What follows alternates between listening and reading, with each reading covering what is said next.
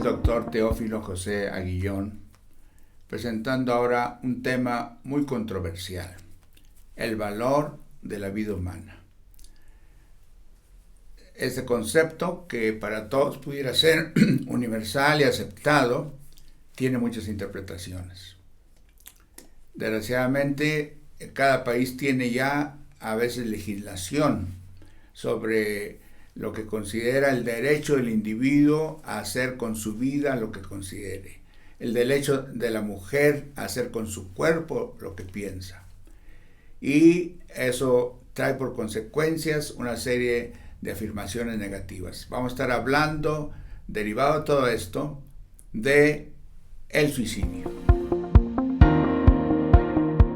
La decisión de la Suprema Corte de Justicia de los Estados Unidos en 1973, cuando autorizó que se pudieran producir abortos a petición de la mujer, desencadenó una serie de situaciones que ya no se han podido contener. Produjo esa decisión de Roe versus Wade, que así se llamaban los participantes principales, un juez de la Suprema Corte, produjo un constante y divisivo debate público sobre el valor de la vida humana. ¿Cuál es el valor de la vida humana? Entonces ahí se incluyó que se suprimiera las protecciones para los no nacidos, y ahí se le dio todo el derecho a la mujer, para que la mujer hiciera con su cuerpo lo que ella quisiera. No se pensó en el niño. Toda la autoridad, todo el derecho se le dio a la mujer. Y de ahí se derivaron algunas cosas. El derecho que tiene cada ser humano de hacer con su vida lo que le desee. Si quiere usar medicinas cuando tiene una enfermedad, es su derecho.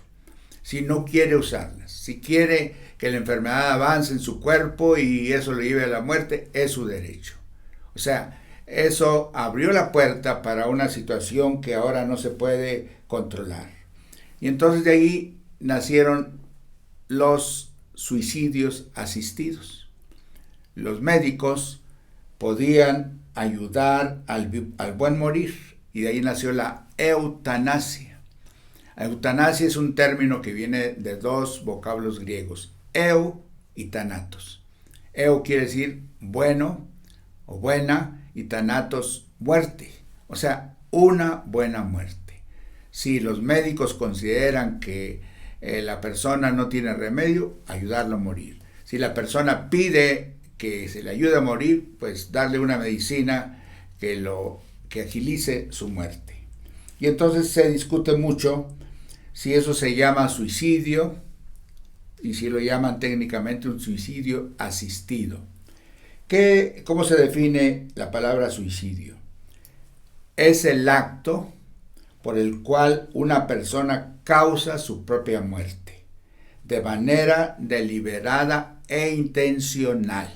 Al suicidio con asistencia médica se le llama de otra manera. Es el suicidio que ocurre cuando un doctor en medicina provee un medio médico para provocar la muerte. Y de ahí se derivan todos los conceptos.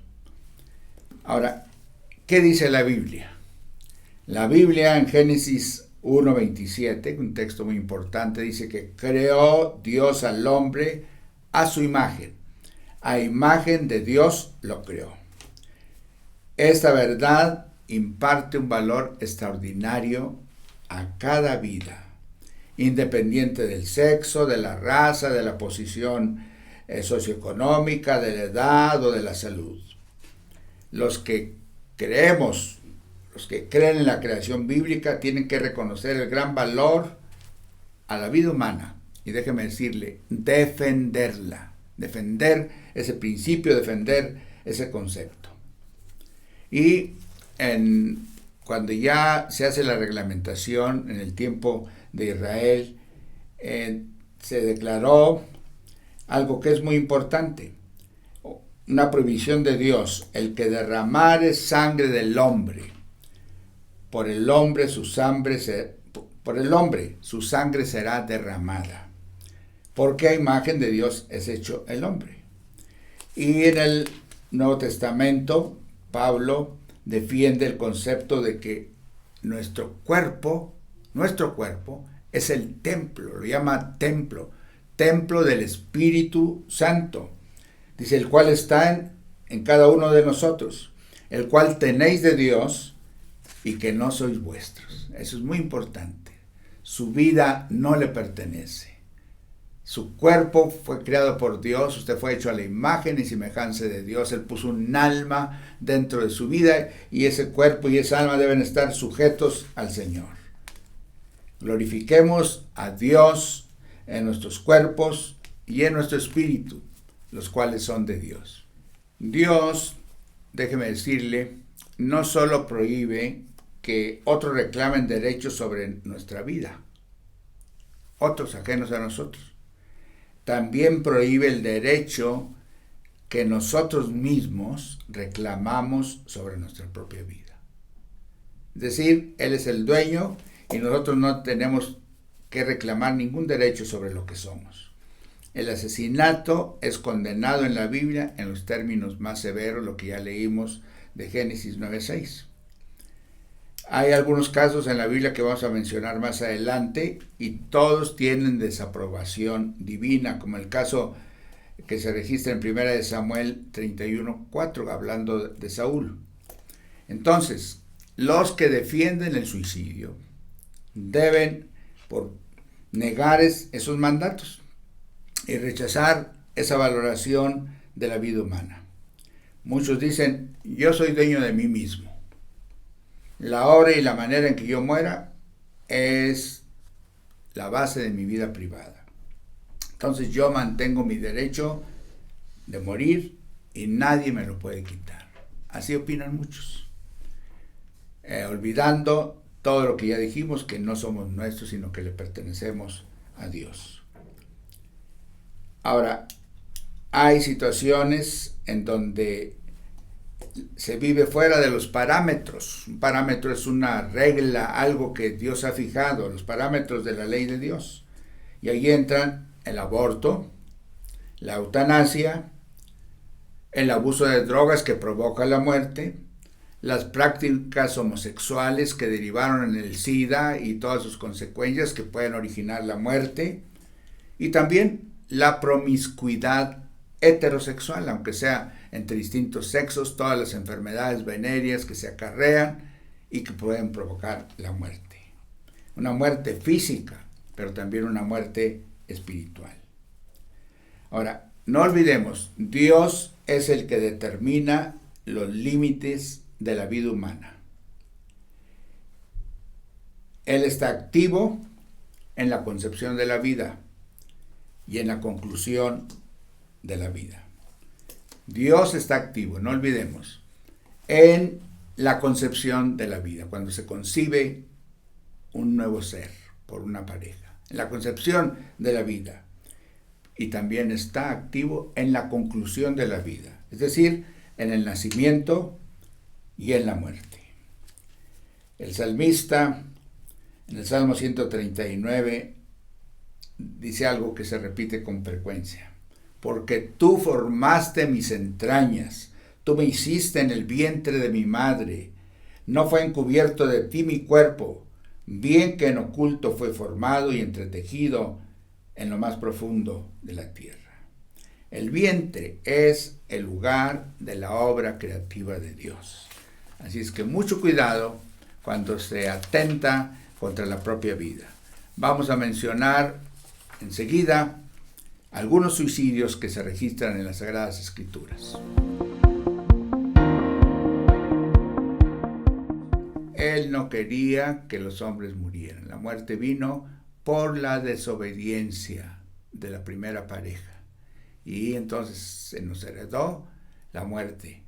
Por el primer Adán sufrimos la muerte, pero vino el segundo Adán, el postrer Adán, para librarnos de los efectos de una muerte eterna. La muerte comenzó como un resultado de esa rebelión y se extendió, se heredó a la raza entera. Y Pablo, escribiendo a los Romanos en el capítulo 5:12, lo dice muy claro. Dice, por tanto, como el pecado entró en el mundo por un hombre, y por el pecado la muerte, así la muerte pasó a todos los hombres. ¿Por qué? Por cuando todos pecaron. Pero Pablo, llenándonos de esperanza, cuando cierra ese pasaje precioso de lo que ocurrirá cuando Cristo venga por los suyos, hace una serie de preguntas. ¿Dónde está, oh muerte, tu aguijón? ¿Dónde, oh sepulcro, tu victoria? Ya que el aguijón de la muerte es el pecado y el poder del pecado la ley. Dice, mas sean gracias dadas a Dios, que nos da la victoria por medio de nuestro Señor Jesucristo. Somos victoriosos todos los que estamos en Cristo. Entonces, para el creyente, la muerte no es la derrota final, sino una transición tan solo en la que se intercambia lo perecedero por lo imperecedero, lo temporal por lo eterno, lo imperfecto por lo perfecto. Y eso debieron haberlo entendido todos aquellos que en la Biblia se registra cometieron suicidios por una razón o por otra. Hay 7 casos en las Sagradas Escrituras que se habla de suicidios, que pueden también interpretarse. ¿Cuál es uno, tal vez el más famoso? Cuando Samson, que había sido un juez de Israel, que fue dotado con una fuerza especial, única, no entendió esa donación, ese don de Dios sobre su vida, y vivió una vida convulsa, pero al final lo dejaron ciego los filisteos y quiso salvar a Israel. Lo pusieron junto a unas columnas de un templo filisteo y allí, extendiendo sus poderosos brazos, le regresó la fuerza y cayó ese lugar idolátrico. Salvó a Israel a costa de su muerte. Jueces 16:28. Está el caso del rey Saúl, que también un hombre dotado por Dios y vivió una vida rebelde, y en el último momento, cuando lo atacaron las fuerzas enemigas, él solo se clavó una espada. Y su siervo, su escudero, hizo lo mismo. Ahora, para ayudar un poco a la controversia, la Biblia no hace comentarios buenos o malos, que es lo que a veces puede abrir la puerta para otros pensamientos. Ahí se habla de un consejero del rey que se llamó Ahitofel, en 2 Samuel 1:23, que se colgó cuando vio que el rey David no escogió a Absalón como rey, y él se había inclinado a favor de Absalón. Se habla de la muerte de Abimelech, que también fue un juez de Israel, y de Zimri. Ahí están en Jueces, en Primera de Reyes. Y desde luego el caso de Judas en el Nuevo Testamento.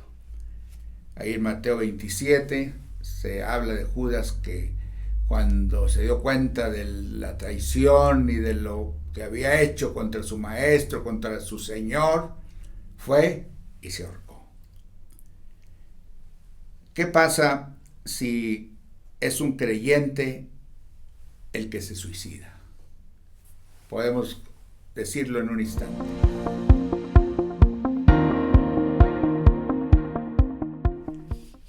El hecho de tomar una decisión propia, de hacer cesar la vida por su voluntad, se ha acrecentado. En los Estados Unidos, déjeme decirle que el suicidio es la 10ª causa de muertes. Y la tercera causa, esto es lo alarmante, la tercera causa de muerte para aquellos que están entre 15 y 24 años.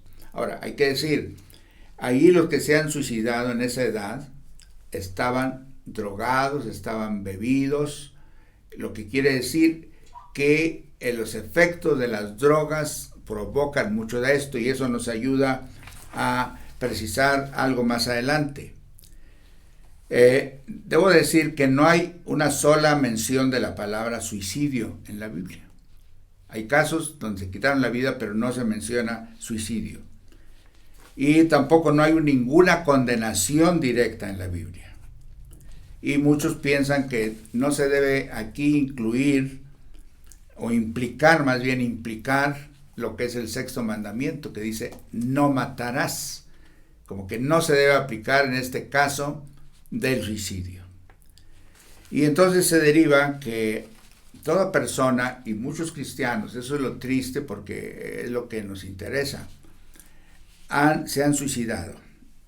Usted ha oído las noticias, hijos de pastores famosos, pastores de renombre, creyentes en las iglesias, se dice, salen por la puerta falsa, es lo que se llama, o como se menciona.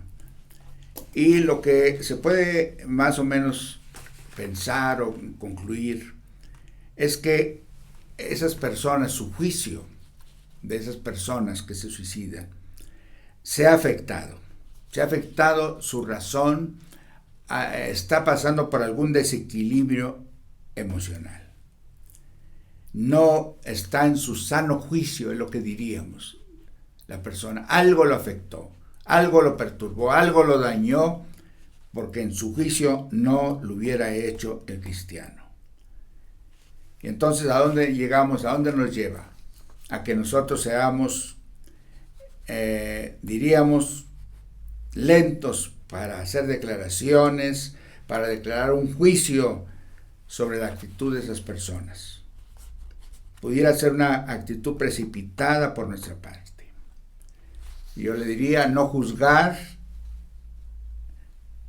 como si fuésemos Dios. Dijo alguien, no juzgar ni jugar como si fuéramos Dios.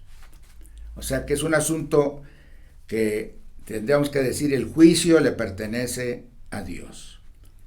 Y dice la Escritura, Dios tiene misericordia de quien tiene misericordia.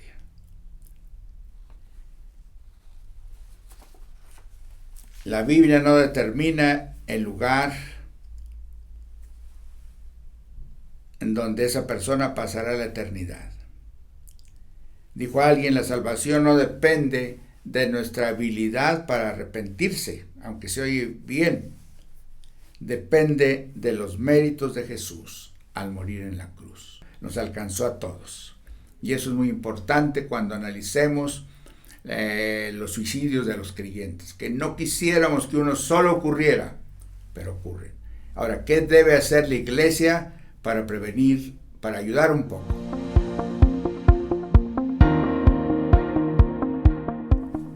La pregunta que nos hacemos, y usted seguramente que se la está haciendo, ¿qué puedo hacer yo? ¿Qué puede hacer la iglesia? ¿Qué pueden hacer los líderes, los ministerios de la iglesia? Bueno, le vamos a decir varias cosas. En primer lugar, buscar el reino. Buscar primeramente el reino de Dios.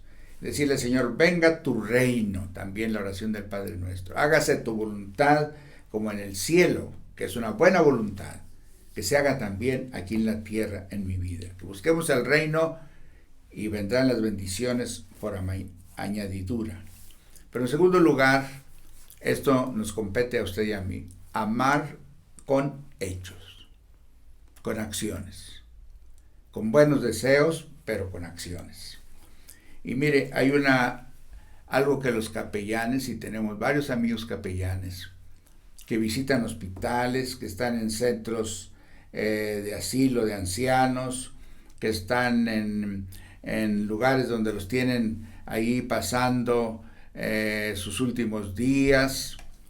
Muchos los visitan, muchos les ministran, saben que están sufriendo, saben que están a veces abandonados por otros, pero recordemos lo que el apóstol Juan nos dijo: hijitos míos, no amemos de palabra ni de lengua, sino de hechos y en verdad. Entonces yo le diría, visite a un amigo, a un hermano que tiene cáncer, un familiar en especial tal vez, Ofrezca su tiempo como un voluntario para ir a un asilo de ancianos, para ayudar a las personas que están pasando por enfermedades terminales y ayudarles lo más que sea posible y orar por ellos, porque nosotros como cristianos tenemos esa herramienta, oramos, y estoy seguro que usted ha escuchado de testimonios en donde Dios ha sanado al enfermo de cáncer, a alguien que está con una enfermedad terminal del tipo que sea, y Dios le ha levantado. Ahora mismo podemos recordar a un pastor que ha pasado meses, pero ahí está su familia, ahí está su iglesia, y Dios lo está levantando ya para que salga del hospital. Entonces es importante nuestra actitud. Pero ¿qué más? Ser sensibles a proveer una atención pastoral sabia y sensible. Porque recordemos que la iglesia no está inmune, no es inmune a la tragedia del suicidio. Cuando sucede, usted conoce algunas familias que han pasado por esto. Las familias son devastadas.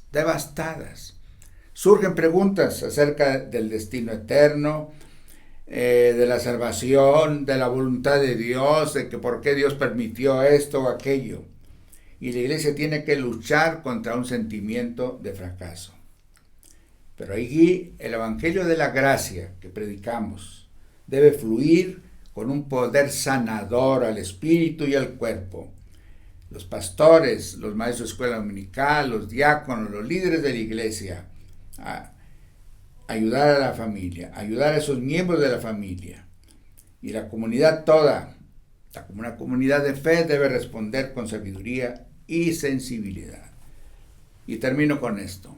Nadie, por favor, solo nuestro Señor realmente conoce las profundidades de la depresión o la enfermedad de la que emergió la decisión de dar fin a la vida.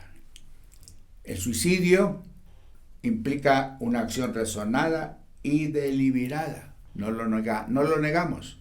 Sin embargo, alguien que se encuentra en una condición de depresión clínica o de desequilibrio emocional, generalmente no se le considera completamente responsable.